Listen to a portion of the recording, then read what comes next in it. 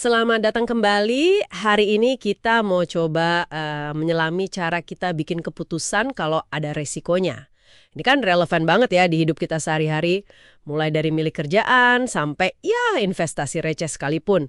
Kita fokus ke satu teori kunci nih dari bab 26 buku Thinking Fast and Slow Daniel Kahneman. Teori prospek. Pernah nggak sih Anda ngerasa, aduh kok males ya ambil tawaran bagus tapi ada resikonya dikit? Atau malah sebaliknya, jadi nekat gitu pas lagi kepepet.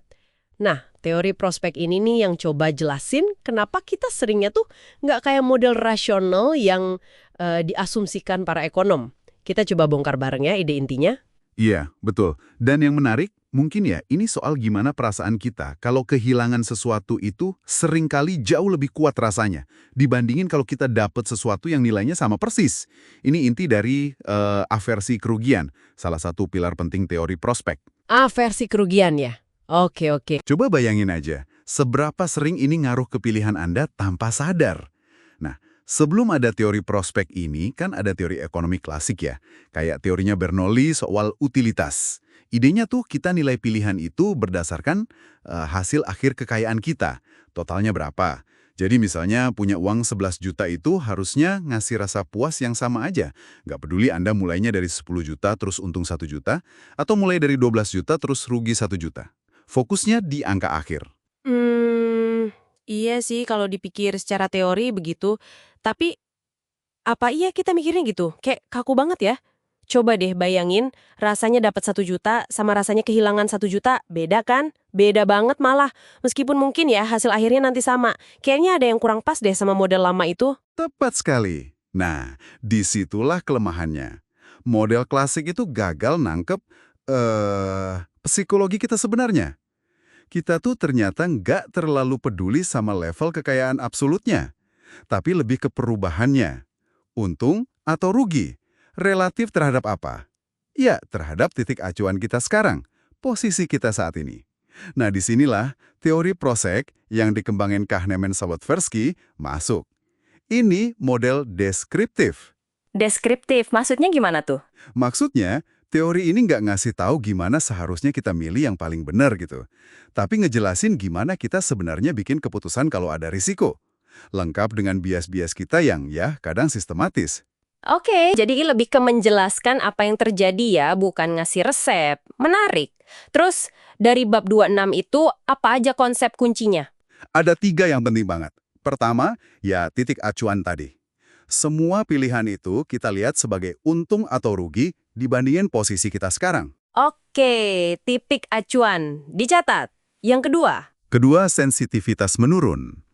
Ini artinya, dampak psikologis dari nambahnya untung atau rugi itu makin lama makin kecil kalau makin jauh dari titik acuan.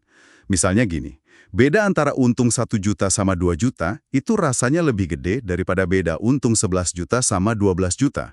Padahal sama-sama nambah 1 juta kan? Oh iya, bener juga ya rasanya gitu emang. Udah kebal mungkin ya kalau angkanya udah gede. Bisa dibilang gitu. Hal yang sama berlaku buat kerugian juga. Oke, titik acuan, sensitivitas menurun.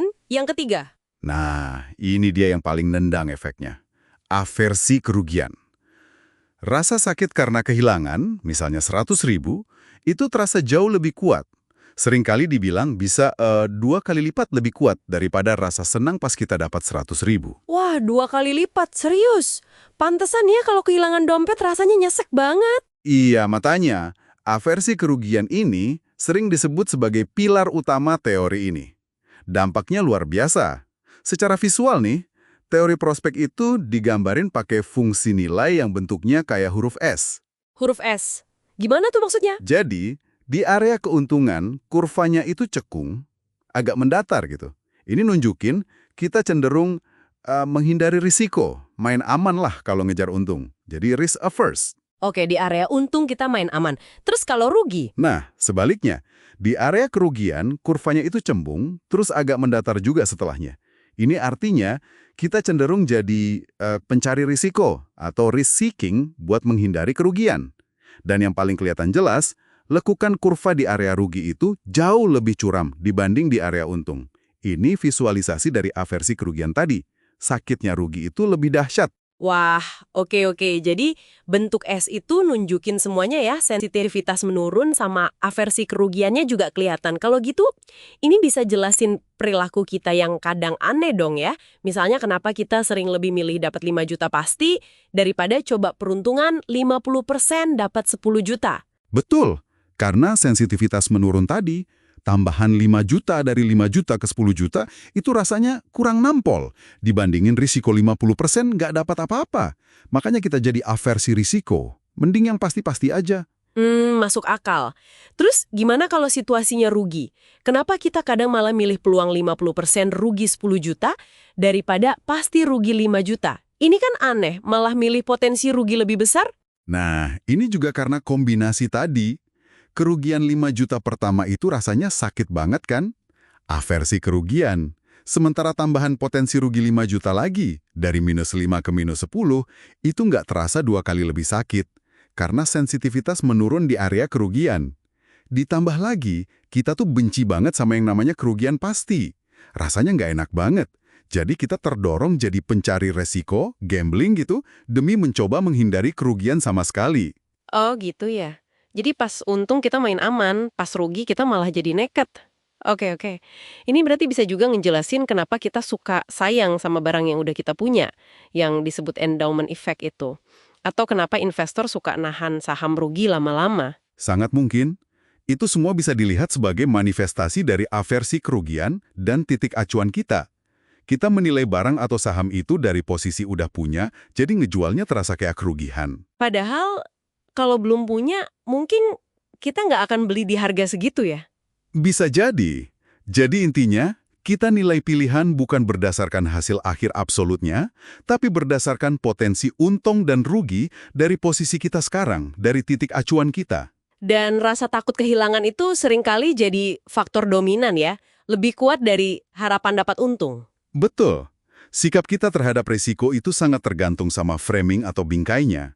Apakah kita ngelihat situasi ini sebagai potensi untung atau potensi rugi? Teori prospek bantu kita paham kenapa kita bikin pilihan-pilihan itu. Jadi kesimpulannya nih, keputusan kita itu sangat dipengaruhi oleh titik awal kita dan betapa kita bencinya sama kerugian. Jauh lebih dari sekedar hitung-hitungan rasional untung rugi biasa. Benar sekali. Teori prospek ini ngasih lihat gimana sih cara kerja pikiran kita saat menghadapi ketidakpastian dengan aversi kerugian sebagai salah satu fitur utamanya. Pun teori prospek ini nunjukin kalau kita sering menyimpang dari model rasionalitas murni ala ekonomi, apakah ini selalu berarti sebuah kesalahan?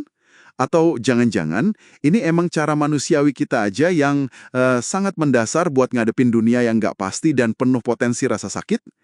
Mungkin semacam mekanisme pertahanan yang udah tertanam di otak kita. Sesuatu buat Anda pikirkan lebih lanjut.